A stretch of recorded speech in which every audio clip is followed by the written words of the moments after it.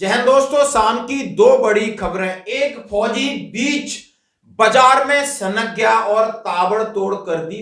आखिर क्यों ऐसा मामला? और ये मामला है लव का। हाँ जी दोस्तों, लव का। और दूसरी बात कहता हूं, हाई कोर्ट ने सैनिक लीग के चुने हुए अधिकारियों पर लगाई रोक। धांधली का आरोप, मनमानी का आरोप, काम करने के लिए किया मना, यानी स्टे लगा दी।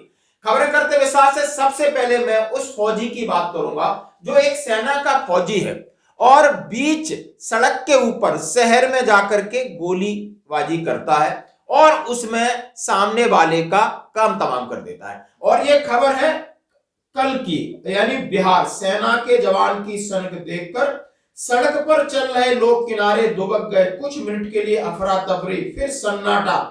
इसके बाद फिर चीख पुकार। देखो तो पता चला कि एक महिला और पुरुष उसकी गोली से घायल। आप समझ सकते हो कितना बड़ा काम किया हमारे फौजी साहब ने।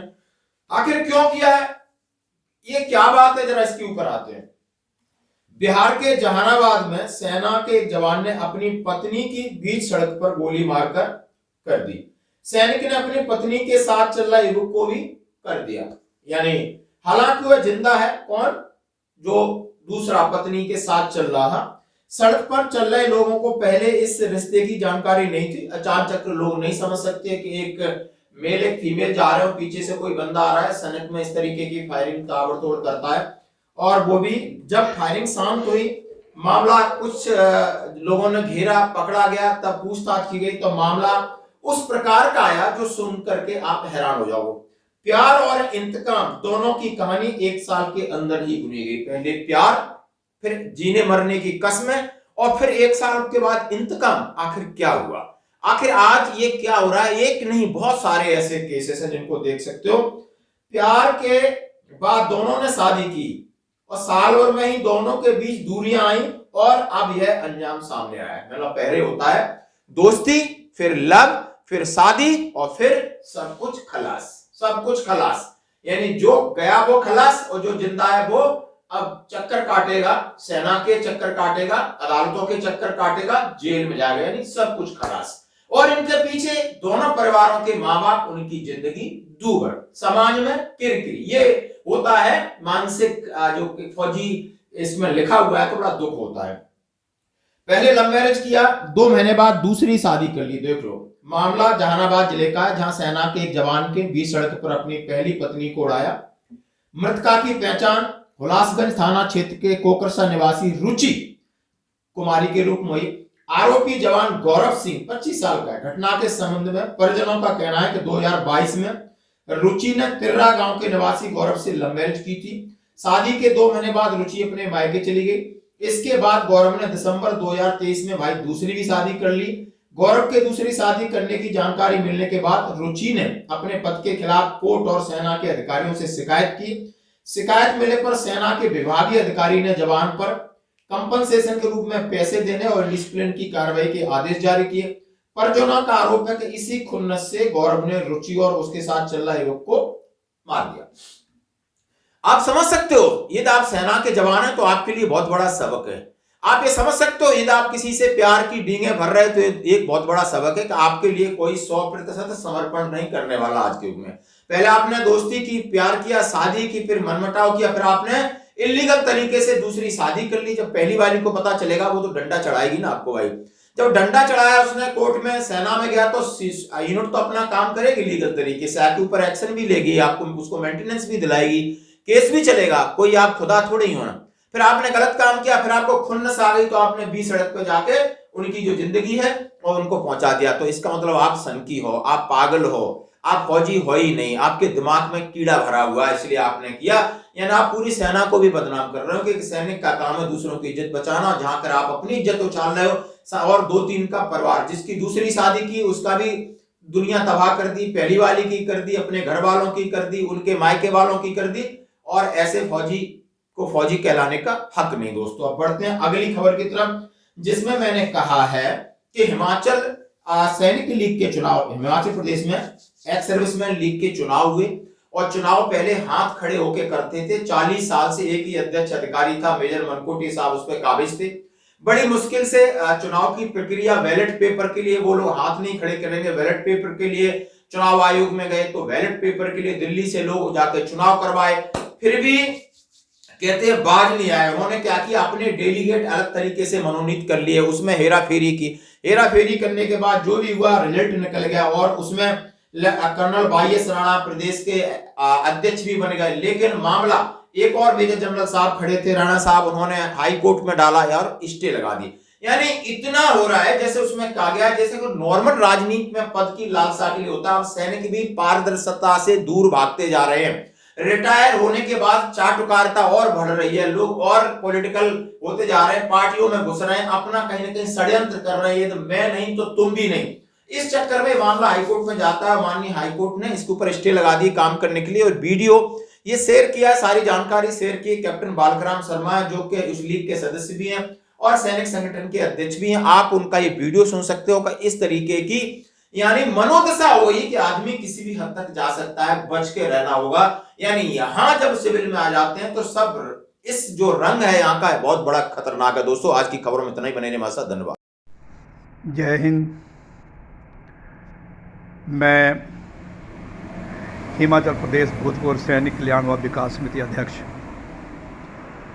और united front of ex serviceman JCOR Himachal Pradesh का vice chairman captain Balkrishna Sharma, और मैं लीग का भी सदस्य हूँ।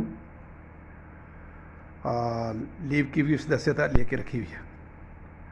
आज मैं लीग के बारे में ही बात करने जा रहा हूँ।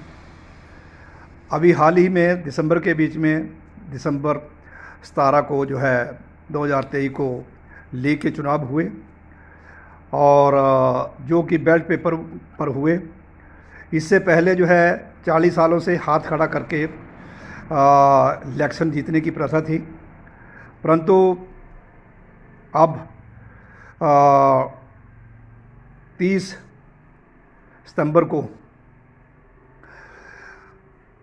इसका भारी विरोध हुआ, क्योंकि पहले चुनाव जो है 1 अक्टूबर 2023 को थे, और उससे पहले जो है डेलीगेट मेंबरों की मीटिंग होती है, तो उसके बीच में भारी विरोध हुआ और चुनाव स्थगित हो गए। 3 महीने का समय दिया गया, जो कि यानी दिसंबर 17 2023 को चुनाव बैलेट पेपर पर हुए।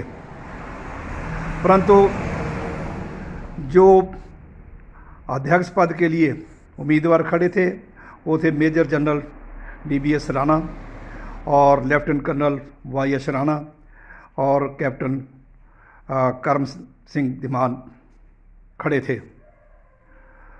तो चुनावों के बीच में जो है, जो 40 सालों से अध्यक्ष पद पर पहले मनोनीत थे, जिन्होंने कब्जा करके रखा हुआ था, वो थे मेजर मनकोटिया। उन्होंने अपनी सपोर्ट के बंदों को सपोर्ट करने के लिए लेफ्टिनेंट कर्नल वाई.एस. राणा को सपोर्ट किया, और उन्होंने जो पहले पुरानी प्रथा के मुताबिक डेलीगेट मेंबर थे, जो अपने उनके सपोर्ट करने वाले थे, अपने चहेते थे, उनको उन्होंने जो है वो डेलीगेट मेंबर ही बनाया गया। और जो पहले चुनाव के बीच में जो है जो डेलीगेट मेंबर लिस्टों के मुताबिक थे, उसके मुताबिक जो है डेलीगेट मेंबर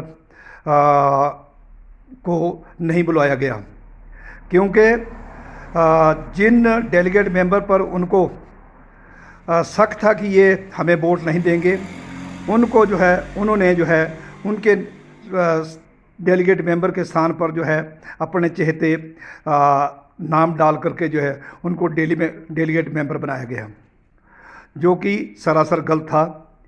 और 25 यूनिटों के बीच में जो है इन्होंने 15 यूनिटों के बीच में जो है डेलीगेट मेंबर की संख्या कम करके 5 कर दी गई, और 10 यूनिटों के बीच में जो है कांगड़ा के बीच में संख्या 7 रखी गई, क्योंकि कांगड़ा धर्मशाला इनका ज़िला था और उसी के सबसे ज़्यादा 15 यूनिटें थी, तो उसी के ही इन्होंने ज़्यादा डेलीगेट मेंबर रखे थे, ताकि जो है चुनाव के बीच में उनके पक्ष में वोट हो और वो अध्यक्ष पद चले। मुझे बड़े दुख और अफसोस की बात है कि आज सैनिक भी किसी पद को पाने के लिए जो है तरह तरह के हथकंडे अपनाने लग गया है, जैसे राजनीतिक नेता दलों में होता है उसी प्रकार जो है सैनिकों के बीच में भी ये चीज़ होने लग चुकी है।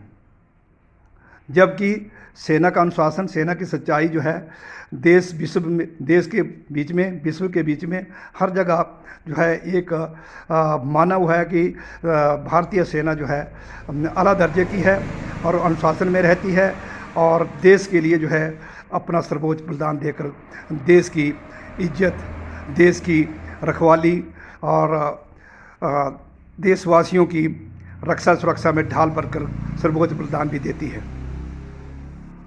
तो दोस्तों, इसी कड़ी के बीच में जो है अध्यक्ष पद के लिए major general DVS Rana ji जो खड़े हुए थे, तो जब चुनाव बैलेट पेपर होने लगे तो वहाँ पे उन्होंने डेलीगेट मेंबर को बदली देखा गया, जिसके कारण जो है वहाँ पे धांधली का अंदेशा हुआ और उन्होंने जो है इसके लिए जो है अपना पक्ष रखने के लिए हाई कोर्ट का रुख किया और जहाँ से अभी हाल ही के में बीच में उन्होंने 29 तारीख को पिटीशन दाखिल की और 2 तारीख को जो उसकी सुनवाई हुई, जिसके बीच में जो है जो भी लीग के चुनाव में जीते हुए मेंबर थे, अधिकारीगण थे, उनको ऊपर जो है आगे के फ्यूचर में काम करने की रोक लगा दी गई है और इलेक्शन कमीशन को आदेश दिया गया कि यानी जो भी डॉक्यूमेंट है उनको अपने कब्जे में लिया जाए और ताकि उनकी पूरी सच्चाई से छानबीन की जा सके। तो आज जो है ये जो चुनाव जीते हुए अधिकारीगण थे उनके काम के ऊपर रोक लगा दी गई है हाई कोर्ट ने और जो डॉक्यूमेंट थे उनको अपने कब्जे में लेने के लिए इलेक्शन कमीशन को बता दिया गया है। तो दोस्तों, ये जो है आज धांधली, छल कपट और ये चुनाव प्रक्रिया के बीच में सारी जो काम हुए हैं वो संदेह के घेरे में हैं। डेलीगेट के नाम पहले कुछ और थे और दूसरी बार बदली करके गए, जिसके कारण जो है मेजर जनरल या काफ़ी लोगों ने, सैनिकों ने जो लीग के सदस्य थे या और भी राज्य के बीच में जो है लीग के मेंबर हैं, उन्होंने सभी ने विरोध किया और मेजर जनरल DVS राणा के पास विरोध दर्ज करवाया और कई जगहों से, कई जिलों से जो है कई जो कमेटियां थी उन्होंने जो है लिखित में भी अपनी कार्रवाई को, विरोध को दर्ज करवाया, जिसके कारण जो है मेजर जनरल DVS राणा जो है जो अध्यक्ष पद के लिए चुनाव में खड़े थे, हार चुके हैं, परंतु उन्होंने जो है हाई कोर्ट का रुख करते हुए इस कार्रवाई को अंजाम दिया। अभी जो है आने वाले समय तक